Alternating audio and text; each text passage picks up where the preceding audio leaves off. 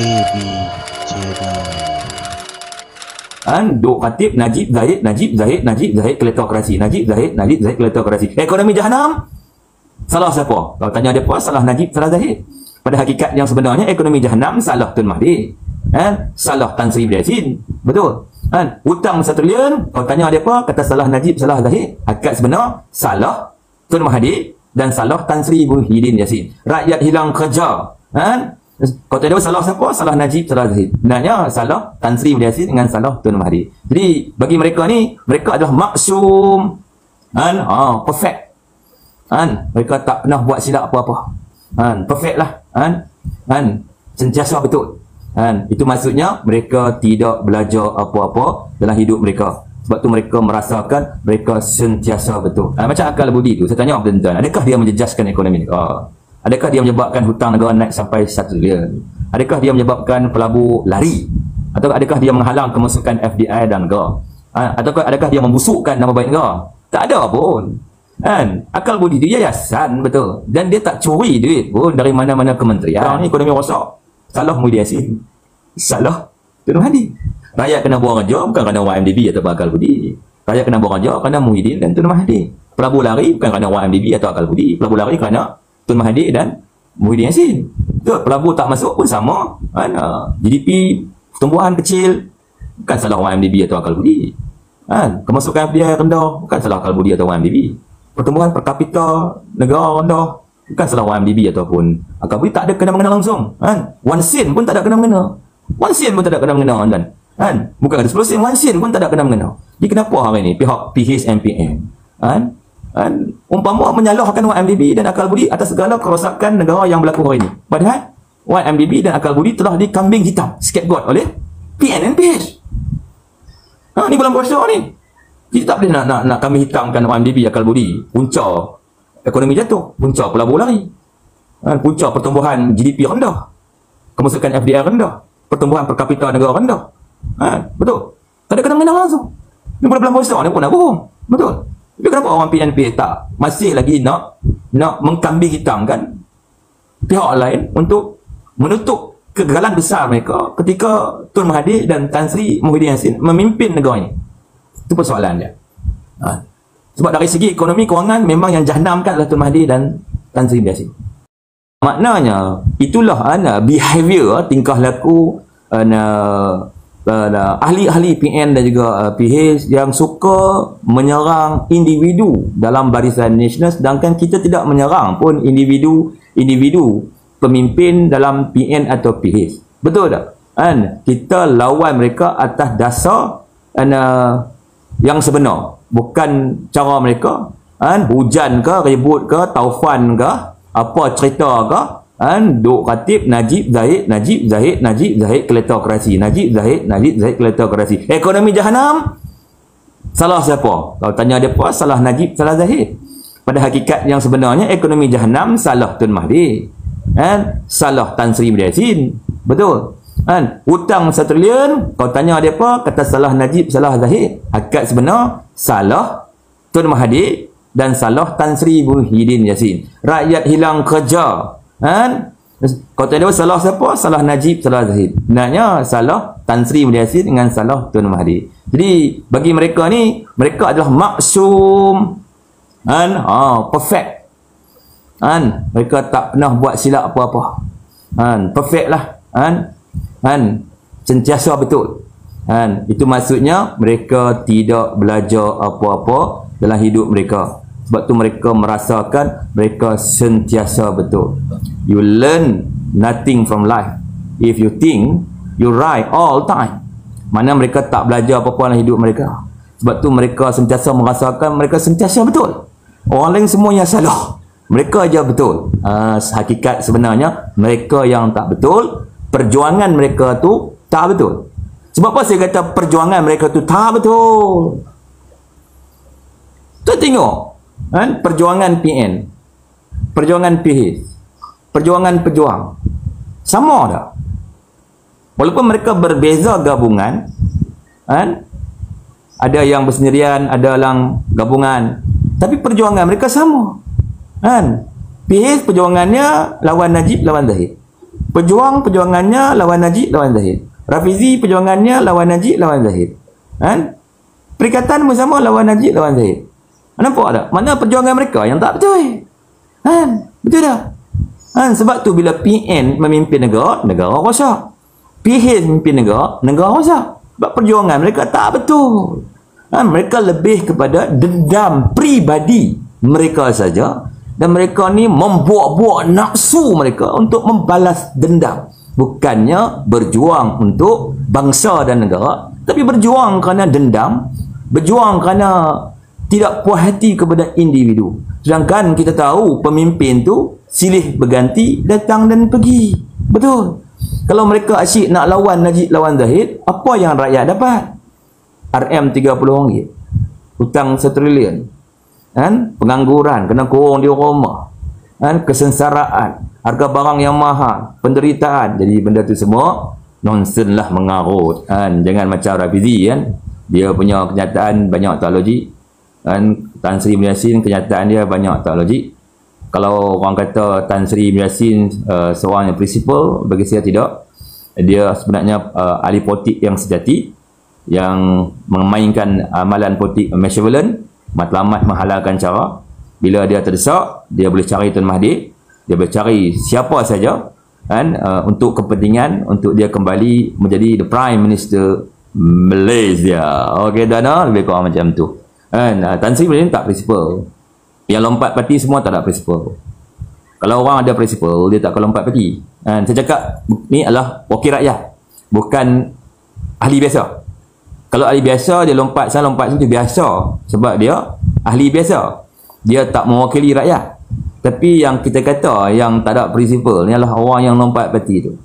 Nah, bila gabungan dia kalah, dia lompat masuk ke gabungan yang menang, semata-mata kerana kepentingan diri dia, bukan kepentingan rakyat ataupun negara. Jadi benda ni satu titik hitam yang sangat dahsyat dalam negara kita, dan ia memalukanlah negara kita, dan akan masuk dalam buku sejarah, kenang-kenangan kita yang boleh kita museumkan depan hari, bahawa adanya pemimpin yang suka lompat parti. Nah, PH jatuh sebab lompat parti. BN tinggal puluhan ahli parlimen saja sebab lompat parti. Orang kata, boleh kata 39 ahli parlimen yang lompat parti. Wow, dahsyat. 39 orang kan. Ni satu perkara yang tak sepatutnya berlaku. Tapi apa akan daya, kerana bersatu, terdesak kan, untuk menguasai Pakatan Harapan kan, akhirnya kan berlaku lompat parti sampai hancur negara tu, no? Macam ada orang serang Tok Zahid Hamidi lah pasal akal budi ni. Macam akal budi tu, saya tanya tuan-tuan, adakah dia menjejaskan ekonomi negara? Adakah dia menyebabkan hutang negara naik sampai 1 trilion? Adakah dia menyebabkan pelabur lari? Atau adakah dia menghalang kemasukan FDI dalam negara? Ataukah adakah dia membusukkan nama baik negara? Tak ada pun. Kan? Akal budi dia yayasan, betul. Dan dia tak curi duit pun dari mana-mana kementerian. Kan? Dan kalau tengok pendakwaan tu, jelas lebih kepada menerima komisen. Menerima komisen kan? Bukannya apa tu, bagi tender lebih harga ke, overprice, tak ada. Dan tender tu memang yang di award kepada company yang tersebut-sebut tu, company tu berjaya melaksanakan kerja-kerja tersebut, mana company tu ada kemampuan untuk melaksanakan apa tu, kerja yang diberi oleh pihak kerajaan, dan harga tender tu harga yang mengikut bajet yang telah ditetapkan oleh kerajaan, bukan overprice, melebihi bajet yang ditetapkan oleh kerajaan. Dan projek tu bukanlah projek Alibaba. Projek tu betul-betul real punya projek. Bukan projek Alibaba. Bukan projek barang sekupang jual RM10. Tak ada. Isu tak bangkit. Kalau kita ikut perjalanan kes perbicaraan yang melibatkan akal budi ni, tak ada cerita pun tender tu lebih harga, barang RM1 jual RM10, tak ada. Makna dia tak menjejaskan langsung kewangan negara, dia tak menjejaskan langsung ekonomi negara, tak berlaku salah apa pun dalam soal pelaksanaan projek tu. Cuma yang dibangkit di kesalahan menerima komisen, lebih kurang macam tu. Betul tak betul, Dan kita tak boleh kata apa sebab itu tugas mahkamah, masih lagi di peringkat perbicaraan, belum lagi jatuh hukum. Dan benda tu bagi saya selective prosecution lah. Itu selective prosecution lah. Sangat jelas lah kan. Sebab kita selective prosecution ni banyak fakta mengatakan dia selective prosecution. Pertama, Tun Mahathir panggil Presiden UMNO, dan Tun Mahathir mengarahkan atau mendesak Presiden UMNO untuk membubarkan UMNO dan menyertai Parti Peribumi Bersatu Malaysia yang ketika itu merupakan komponen utama dalam Pakatan Harapan. Yang kedua, bila Dr. Zahid Hamidi enggan mengikut desakan yang dibuat oleh Tun Mahathir, bermakna bermulalah acara selective prosecution berkenaan kes akal budi, iaitu lebih kurang macam tu lah. Dia orang kata makan duit anak yatim lah sebagainya. Macam mana nak makan duit anak yatim? Adakah dia Dr. Zahid Hamidi curi duit anak yatim? Tak ada kena-mengena pun dengan anak yatim, tak ada kena-mengena langsung. Kalau kita ikut perjalanan kes tu, mana ada dia ambil duit anak yatim? Tapi penceramah PN so ada yang kata dia ambil duit anak yatim. Duit anak yatim mana yang dia ambil? Tak ada kena-mengena langsung dengan duit anak yatim. Itu satu fitnah yang jelas yang dibuat oleh lawan kepada UMNO Barisan Nasional, dan itu satu serangan yang tidak bertanggungjawab. Itu serangan fitnah untuk memburuk-burukkan Presiden, memburuk-burukkan UMNO, dan lebih kepada untuk manipulasi pemikiran masyarakat. Kononnya Presiden UMNO ni makan duit anak yatim. Padahal itu bukan duit anak yatim, tak ada kena-mengena apa dengan anak yatim. Sikit pun tak ada, 10 sen pun tak ada, 1 sen pun tak ada. Tapi ada juga yang percaya fitnah tu sebab dunia hari ni maklumat tersebar begitu mudah. Maklumat yang disebarkan tak ada tapisan. Bermakna maklumat tu betul atau tak betul bergantung kepada rakyat. Kalau yang percaya maklumat tu betul, maka dia kata betul. Yang percaya maklumat tak betul, dia kata tak betul. Inilah masalah dunia hari ni ya. Dunia tanpa sepadan, maklumat tanpa tapisan. Jadi fitnah bermaharajalela. Jadi tuan-tuan berhati-hatilah. Okey tuan-tuan, berhati-hatilah. Macam orang ni tak kena bayar lah. Saya pun kena tak faham lah. Tan Sri Mulia Yasin kata rakyat kena bayar, Anwar Ibrahim kata rakyat kena bayar. Nak bayar ikut celah mana? Nak bayar ikut celah mana? Memanglah rakyat jamin hutang tu, kerajaan tu rakyat. Mana rakyat jamin hutang tu? Dia masih boleh bayar hutang dia. Hutang dia tidak melebihi aset yang dia miliki, bermakna kenapa penjamin nak kena bayar hutang dia? Dia bayar sendirilah. Kalau dia tidak cash money, dia jual aset dia, dia bayar hutang dia. Habis cerita. Betul? Itu cara logiknya lah. Saya pun bukanlah cekap sangat soal pengurusan korporat, tapi sikit sebanyak kita tahulah benda ni.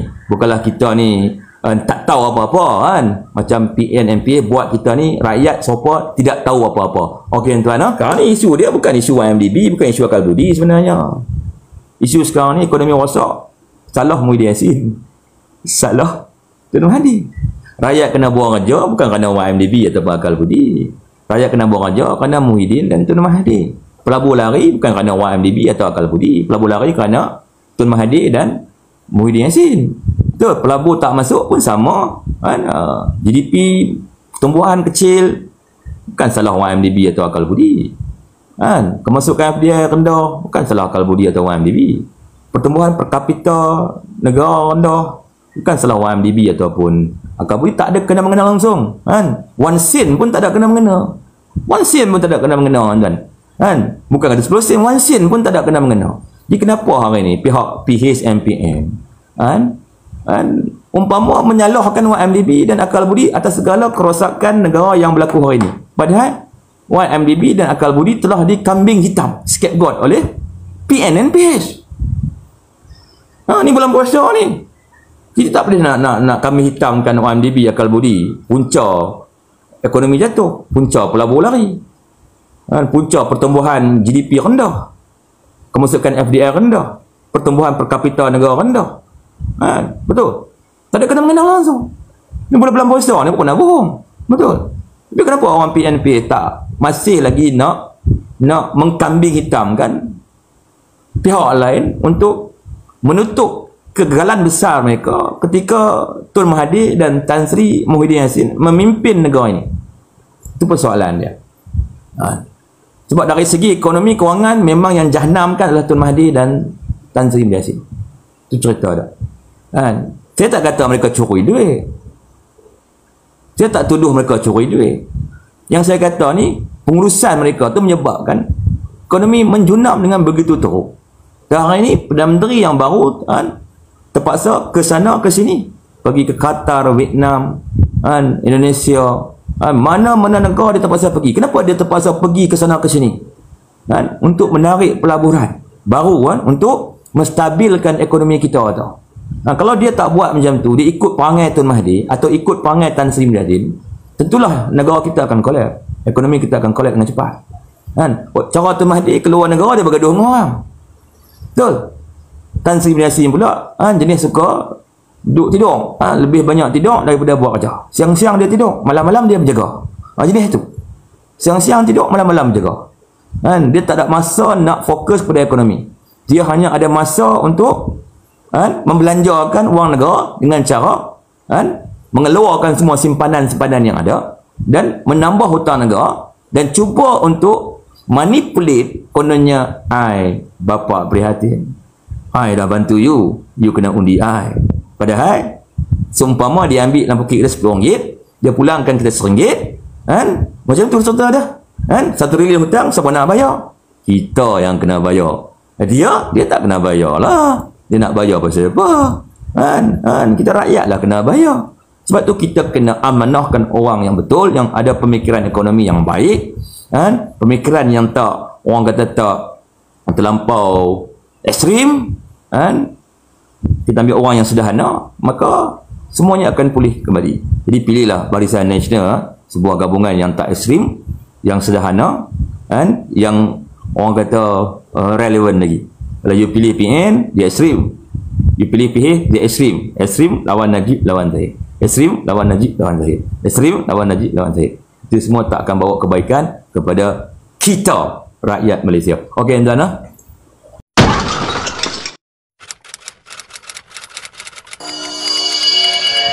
AB Channel.